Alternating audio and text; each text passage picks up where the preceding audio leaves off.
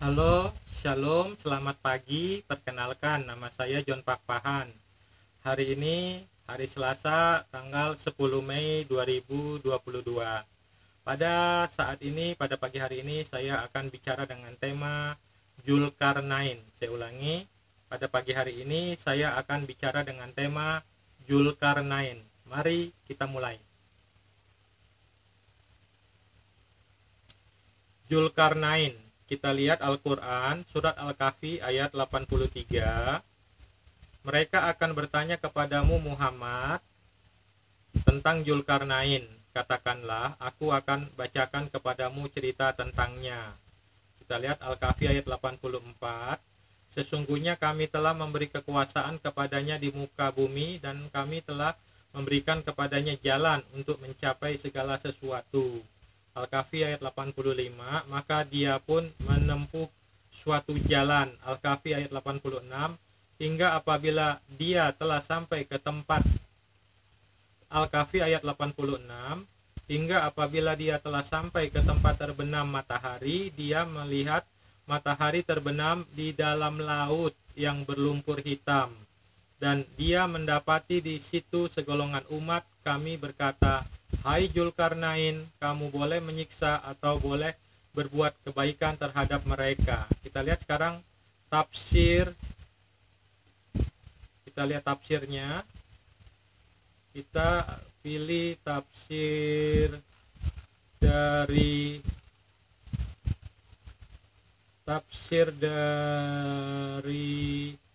Al-Muhtasar, Markas Tafsiriyat di bawah pengawasan Syekh Dr. Salih bin Abdullah bin Humaid, Imam Besar Masjidil Haram. Kita lihat tafsirnya. Hingga Zulkarnain telah sampai ke tempat terbenamnya matahari, dia mendapatinya dalam jangkauan pandangan matanya seolah-olah terbenam pada mata air yang amat panas yang berlumpur hitam, dan dia mendapati di tempat matahari terbenam suatu kaum dari manusia. Kami berkata, wahai Zulkarnain, kamu boleh menyiksa mereka dengan membunuh mereka atau tindakan lainnya bila mereka tidak mengakui keesaan Allah, atau berbuat baik kepada mereka dengan mengajarkan hidayah kepada mereka dan menunjukkan kepada mereka jalan yang lurus. Sekarang kita lihat tafsir Al-Muwasar, Kementerian Agama Saudi Arabia. Kita lihat tafsir Kementerian Agama Saudi Arabia. Hingga apabila dia telah sampai ke tempat terbenam matahari, yakni sampai di ujung barat bumi, dia melihat matahari terbenam di dalam laut yang berlumpur hitam, yakni sampai di tempat yang memiliki banyak lumpur hitam. Pendapat lain mengatakan bisa jadi ketika Zulkarnain sampai di tepi samudra, dia melihat samudra itu seperti lumpur hitam, dan dia mendapati di situ, yakni di tempat terbenamnya matahari tersebut, segolongan umat. Mereka adalah orang-orang kafir. Kamu boleh menyiksa atau boleh berbuat kebaikan terhadap mereka, yakni kamu boleh menyiksa dengan membunuh mereka begitu saja, dan boleh juga dengan berbuat baik hati kepada mereka dengan menyeru mereka kepada kebenaran dan mengajari mereka syariat. Ini penjelasan saya tentang Zulkarnain itu. Ini penjelasan dari saya tentang Zulkarnain di dalam Al-Quran itu. Ini penjelasan dari saya. Hingga apabila dia telah sampai ke tempat terbenam matahari, dia melihat matahari terbenam di dalam laut yang berlumpur hitam. Berdasarkan ayat ini, maka terbukti dengan nyata bahwa bumi ini datar. Saya ulangi. Berdasarkan ayat ini, maka terbukti dengan nyata bahwa bumi ini datar. Hingga apabila dia telah sampai ke tempat terbenam matahari, Al-Quran mengatakan, hingga apabila dia telah sampai ke tempat terbenam matahari, kalau bumi ini bulat. Ini penjelasan dari saya terhadap kutipan ayat Al-Quran yang mengatakan, hingga apabila dia telah sampai ke tempat terbenam matahari, kalau bumi ini bulat, tidak ada tempat untuk matahari terbenam karena bumi ini terus berputar. Saya ulangi, penjelasan saya terhadap kutipan ayat Al-Quran yang mengatakan hingga apabila dia telah sampai ke tempat terbenam matahari. Ini penjelasan dari saya, kalau bumi ini bulat, tidak ada tempat untuk matahari terbenam karena bumi ini terus berputar. Kutipan ayat Al-Quran mengatakan, dia melihat matahari terbenam di laut yang berlumpur hitam. Kutipan ayat Al-Quran mengatakan, dia melihat matahari terbenam di dalam laut yang berlumpur hitam. Ini penjelasan dari saya terhadap kutipan ayat Al-Quran yang mengatakan dia melihat matahari terbenam di dalam laut yang berlumpur hitam. Hal ini menjadi bukti nyata bahwa Allah SWT bodoh dan berbohong. Matahari terbenam di dalam laut yang berlumpur hitam. Saya ulangi, ayat Al-Quran mengatakan dia melihat matahari terbenam di dalam laut yang berlumpur hitam. Hal ini menjadi bukti nyata bahwa Allah SWT bodoh dan berbohong. Matahari terbenam di dalam laut yang berlumpur hitam. Hal ini hanya bisa terjadi kalau bumi ini datar. Maka matahari bisa terbenam di dalam laut yang berlumpur hitam. Kalau bumi ini bulat dan berputar, maka tidak ada tempat untuk matahari terbenam. Kita lihat surat Al-Kahfi ayat 87. Berkata Dzulkarnain, kita lihat Al-Quran surat Al-Kahfi ayat 87. Berkata Dzulkarnain, adapun orang yang dianiaya maka kami kelak akan mengajabnya. Kemudian dia kembalikan kepada Tuhannya. Lalu Tuhan mengajabnya dengan ajab yang tidak ada taranya. Al-Kahfi ayat 88. Adapun orang-orang yang beriman dan beramal saleh, maka baginya pahala yang terbaik sebagai balasan, dan akan kami titahkan kepadanya perintah yang mudah dari perintah-perintah kami. Kita lihat Al-Quran Al-Kahfi ayat 89. Kemudian dia menempuh jalan yang lain. Kita lihat Al-Kahfi surat Al-Quran Al-Kahfi ayat 90. Hingga apabila dia telah sampai ke tempat terbit matahari sebelah timur, dia mendapati matahari itu menyinari segolongan umat yang kami tidak menjadikan bagi mereka sesuatu yang melindunginya dari cahaya matahari itu.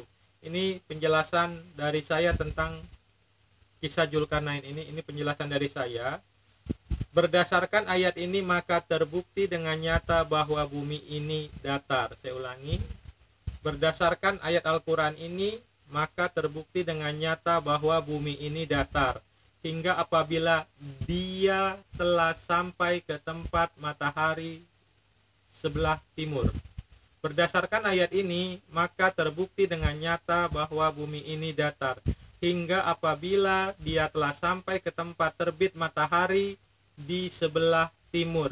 Kalau bumi ini bulat, tidak ada tempat untuk matahari terbit, karena bumi ini terus berputar. Hal ini menjadi bukti nyata bahwa Allah SWT bodoh dan berbohong. Kita lihat Al-Quran surat Al-Kahfi ayat 91. Demikianlah dan sesungguhnya ilmu kami meliputi segala apa yang ada padanya. Kita lihat Al-Quran surat Al-Kahfi ayat 92. Kemudian dia menempuh suatu jalan yang lain lagi. Kita lihat Al-Quran surat Al-Kahfi ayat 93. Hingga apabila dia telah sampai di antara dua buah gunung, dia mendapati di hadapan kedua bukit itu suatu kaum yang hampir tidak mengerti pembicaraan. Kita lihat Al-Kahfi ayat 94. Mereka berkata, hai Dzulkarnain, sesungguhnya Yajus dan Majus itu orang-orang yang membuat kerusakan di muka bumi, maka dapatkah kami memberikan sesuatu pembayaran kepadamu supaya kamu membuat dinding antara kami dan mereka? Al-Kahfi ayat 95.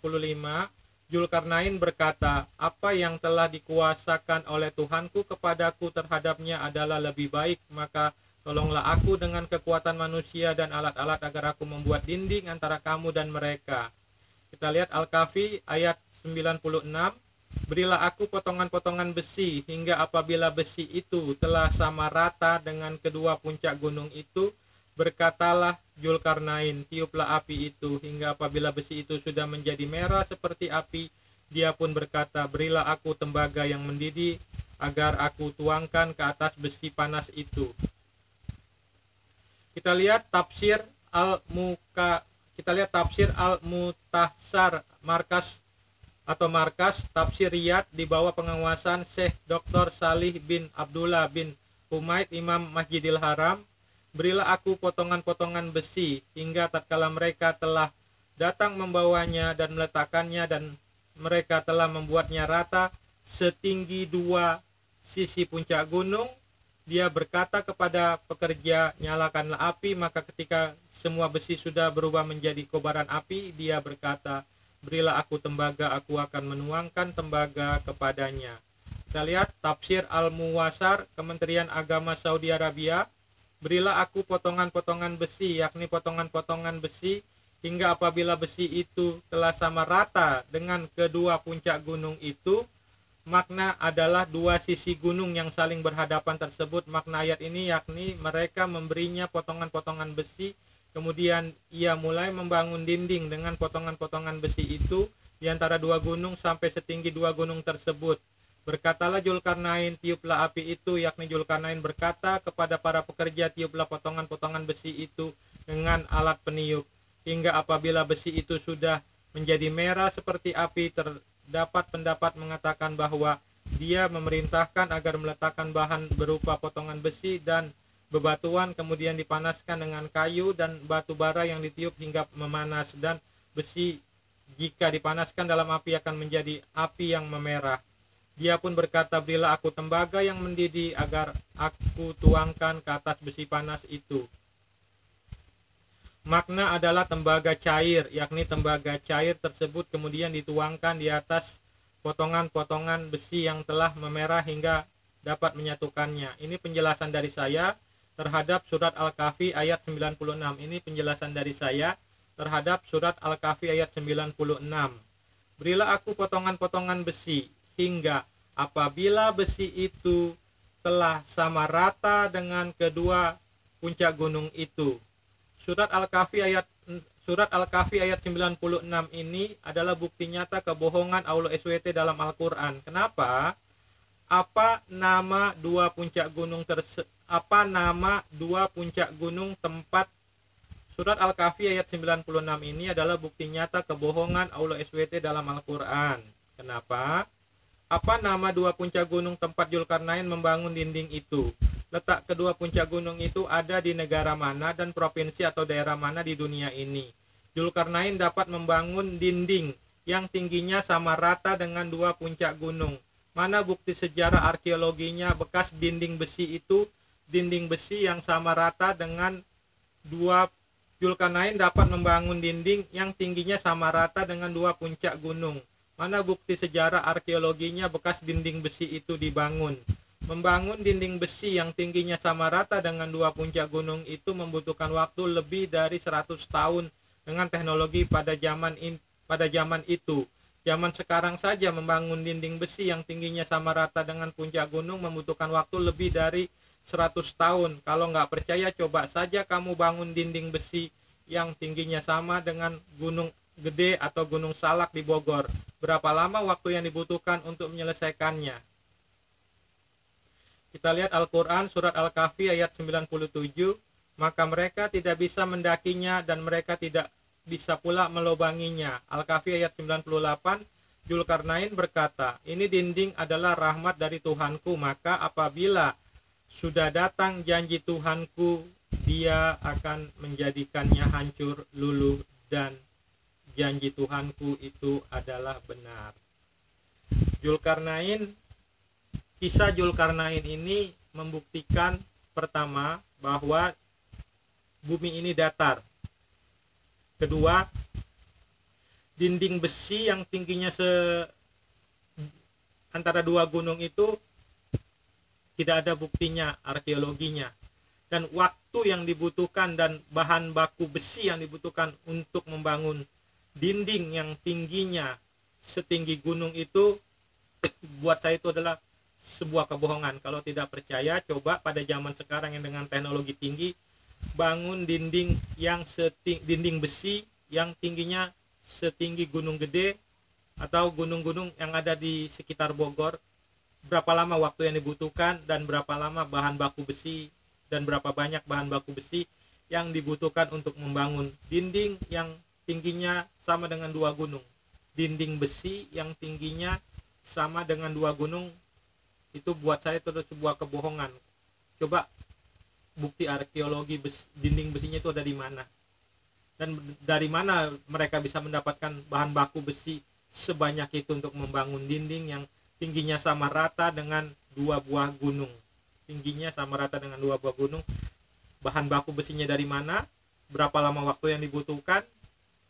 itu perlu dipikirkan lagi. Ini adalah buat saya sebuah kebohongan. Ada dinding besi yang tingginya sama dengan gunung. Sekali lagi, buat saya ini adalah sebuah kebohongan.